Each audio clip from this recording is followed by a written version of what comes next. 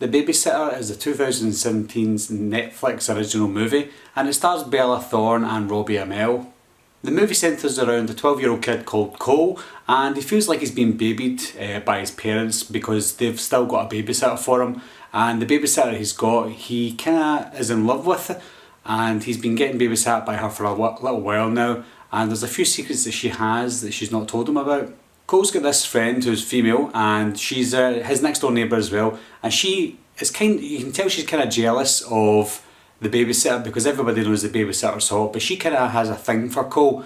So she's telling Cole that he's got to spy on the babysitter late at night because every time she's babysitting Cole, he falls asleep quite early and they don't know what goes on after he falls asleep. So she tells him, stay awake and find out what happens. So he thinks to himself, I'm going to do that. Cole's babysitter then tries to give him a shot of alcohol to try and help him sleep.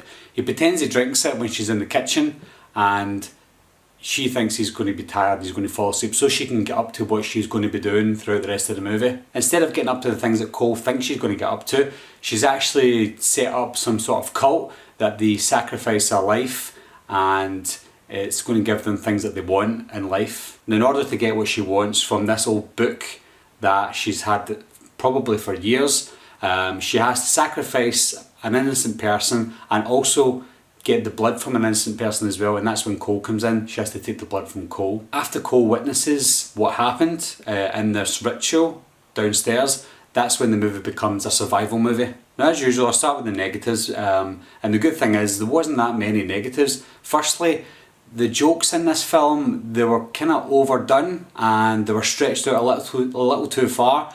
There's a few scenes in particular regarding a gunshot wound that lasted quite a while. It lasted a little bit too much, it was a little bit painful, and then it continued in a few scenes after that as well. I thought that was really overdone. Now, as there's 12-year-old kids in it, well, they're supposed to be 12, there's a lot of swearing going on in the movie, and I quite enjoy that because it seems a little more realistic, kind of like the movie It and The Monster Squad. I like those kind of coming of age movies, and this is, it's a coming of age movie. However, the scenes where the kids are swearing in it, it seems a little forced as well. Sort of like improv, kind of like Superbad and movies like that. I was a little off-putting. Now, moving on to the positives of this film, there were quite a few, and I'll start off with the cinematography. There was quite a lot of good wide angle pan shots of the street that they lived in. They used a lot of smoke. It looked pretty good, like the old fog that they used to use in the 80s. I know they can't use that anymore for health and safety purposes, but the substitute that they used looked pretty effective, and it kind of reminded me of the streets in Fright Night or The Burbs,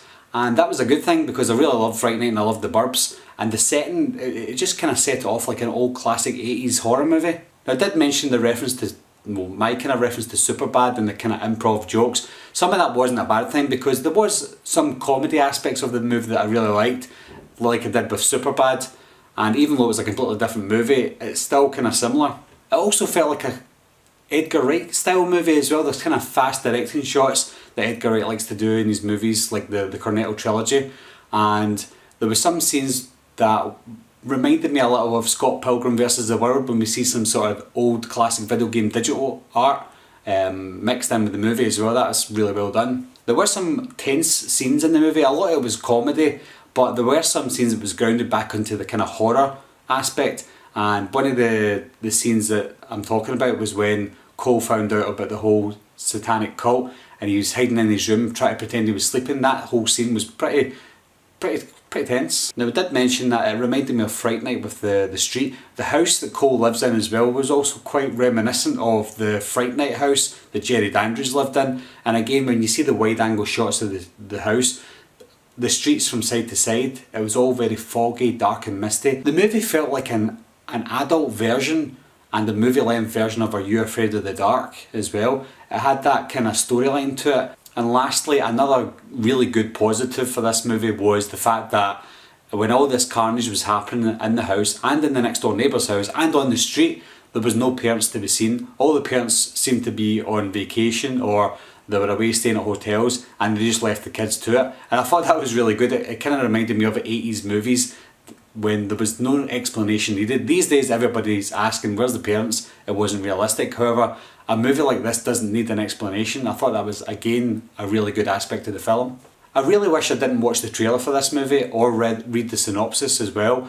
I read the synopsis about 2 or 3 weeks ago and I watched the trailer just a couple of nights ago and it made me want to watch it. That's a good thing, that it makes you want to watch it, but it spoils quite a few things in the trailer. I just wish that I didn't watch the trailer or read the synopsis, because I began into this movie thinking it was a comedy like Superbad, because that's how it started out, and then it just took a turn for the worst for Cole. But it made me think, well, this movie's actually changed, but because I'd seen the trailer, it spoiled it slightly for me, but it was still enjoyable. So it's time to rate The Babysitter, guys. I had a lot of fun with this film, a few laughs, a few scares, and overall just a good experience watching it, especially around Halloween time. So I'm going to give The Babysitter a solid B. There you go, guys, that's my review for The Babysitter. It just came out this month on Netflix. If you've got Netflix, I really recommend that you watch it. It's a really good movie. Anyway, guys, thanks a lot for watching again. Thanks for subscribing. I'll see you soon. Bye bye.